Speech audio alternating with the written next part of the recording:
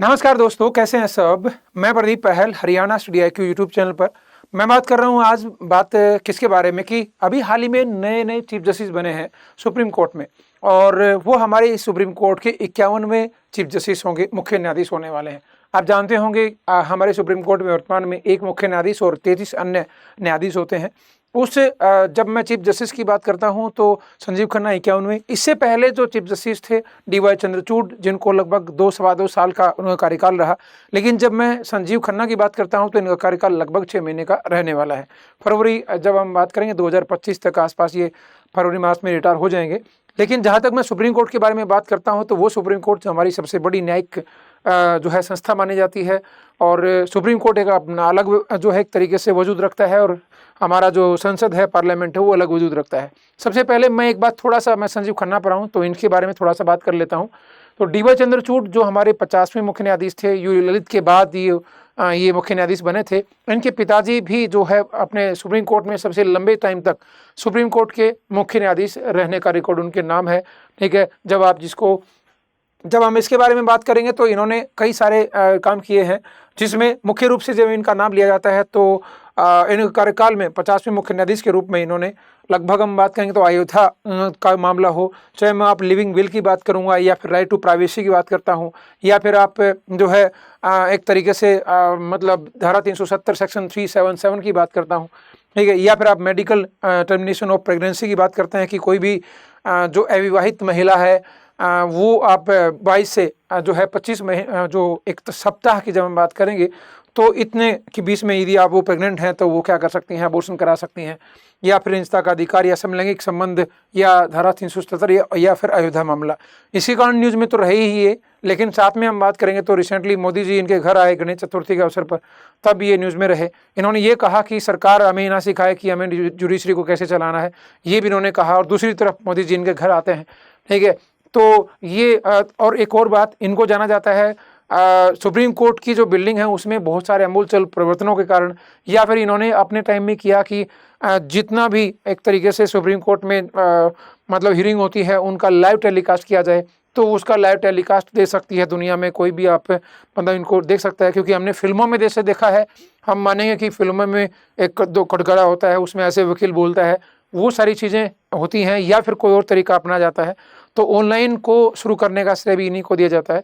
अब इनके बाद कौन बने हैं, उनके बाद ये खन्ना साहब बने हैं, जिनको अभी हाल ही में राष्ट्रपति द्रौपदी मुर्मू की जब बात करेंगे तो उन्होंने शपथ दिलाने का काम किया।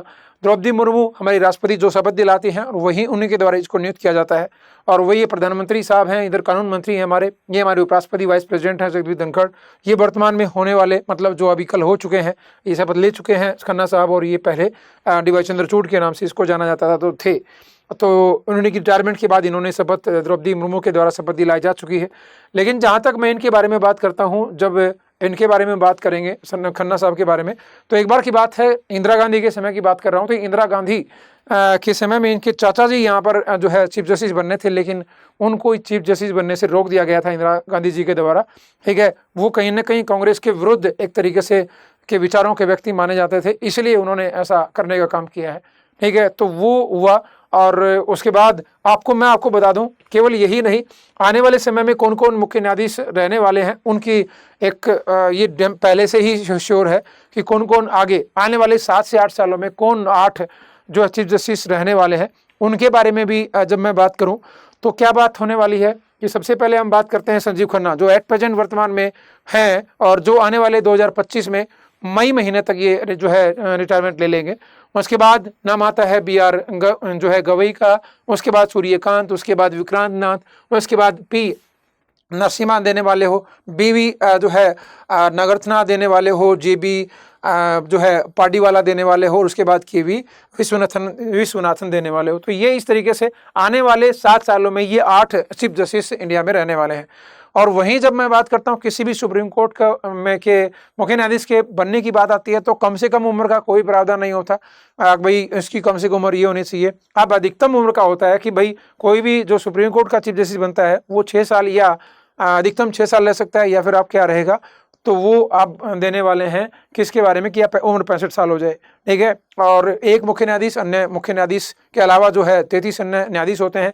सुप्रीम कोर्ट की जब हम बात करेंगे तो उसकी शुरुआत करने का श्रेय की बात करेंगे तो उसकी शुरुआत 1774 में ही हो गई थी। जो एलिजा इम्पे नाम सुना होगा आपने मुख्य न्यायाधीश के रूप में, और उसके साथ साथ 3 अन्य भी थे। और साथ में जब हम बात करेंगे तो आहिस्ता आहिस्ता फिर ये हमारे यहाँ दिल्ली आ गया, और दिल्ली में 1957-58 में जिस बिल्डिंग में आज काम कर रहा है सुप्रीम कोर्ट, वहाँ पर काम कर रहा है, ठीक है। और जब आपसे कोई पूछे कि एक दो क्वेश्चन मैं आपसे पूछना चाह रहा हूँ, नीचे कमेंट सेक्शन में जरूर मुझे बताना। जब मैं ये कह रहा हूँ कि किसी भी सुप्रीम कोर्ट के मुख्य न्यायाधीश की उम्र अधिकतम 6 वर्ष या 65 वर्ष उनमें से एक होनी चाहिए, मतलब जो भी पहले हो जाए वही उसी कार्यकाल तक वो राष्ट्रपति अपने पद पर रहेगा।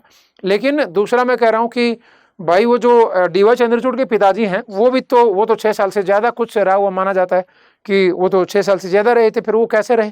क्या ये रूल ज़्यादा बाद में बना है या फिर वो कोई और तरीके से बना हो? दूसरा यदि आप बता पाएँ तो क्या रीज़न था? दूसरा मैं बात करता हूँ कि अब ये मुझे कमेंट करके बताइएगा कि सुप्रीम कोर्ट के वर्तमान में तो खन्ना साहब बन गए हैं अभी, जिसको आप संजीव खन्ना के नाम से जानते हो, लेकिन सुप्रीम कोर्ट के जो पहले मुख्य न्यायाधीश थे वो कौन थे, ये एक बार बताइएगा। और ये इन चीज़ों के बारे में आपको डेफिनेटली पता होना चाहिए। यदि आपको लगता है कि हाँ बिल्कुल मैं आपको सही गाइड कर रहा हूँ और इनको और ज़्यादा डिटेल में चाहिए, तो मेरी सुबह सुबह वाली करंट अफेयर क्लास को लगाना ना भूलिए। आप मॉर्निंग में सुबह 7 से 8 सवा 8 बजे तक वो क्लास आपको देखने को मिलती है। ज़रूर इसमें आप मेरे साथ जुड़िए, आपको सेशन में अच्छा लगेगा। आने वाले आपके एग्जाम में जो आप हरियाणा में PCS या स्टेट PCS का कोई भी एग्जाम दे रहे हो, UPSC का एग्जाम दे रहे हो, तो उसके लिए आप हमारे साथ जुड़ सकते हैं। उसके लिए आपको क्या करना पड़ेगा वो मैं आपको एक बार बता देता हूँ। आप जो है आप सीधा स्टडी IQ ऐप को डाउनलोड करिए, और जब आप स्टडी IQ ऐप को डाउनलोड करेंगे, ठीक है, तो डाउनलोड करने के बाद आप जाइए स्टडी IQ पे, और यहाँ पर आप जो है स्टेट PCS में आप जाते हैं। स्टेट PCS में आपको जाते हैं, ये स्टेट PSC लाइव, और ये PSC लाइव के जिन कोर्सेज में आप जाएंगे तो यहाँ पर आपको हरियाणा PSC या फिर अलग अलग आप इनकी तैयारी करने का मौका आपको मिलेगा। और जब इसमें आप क्लिक करते हैं तो लगभग 13,749 रुपये में आपको मिलने जा रहा है। लेकिन आप 13,749 नहीं करना पड़ेगा आपको क्या करना पड़ेगा, ये ऑफर अवेलेबल है आपके लिए। आप ऑफर में आप कूपन कोड लगाइए, और कूपन कोड में आपको कौन सा कूपन कोड लगाना होगा, जिसको आप बोलेंगे DY, इसको लगाना पड़ेगा PDK लाइव। जब इसको आप लगाते हैं तो लगभग 2,749 का बेनिफिट हमको मिल जाएगा, और ये बेनिफिट मिलते ही आपको इसका फ़ायदा होगा कितना, लगभग हम बात करेंगे तो ये कितने रुपए में आपको मिल जाएगा, ये 10,999 रुपये में, ठीक है। तो 10,999 रुपये में आप इसको ले सकते हो। कूपन कोड आपको यूज़ करना है, कौन सा कूपन कोड यूज़ करेंगे, PDK लाइव, ठीक है। ये कूपन कोड आपको यूज़ करना है।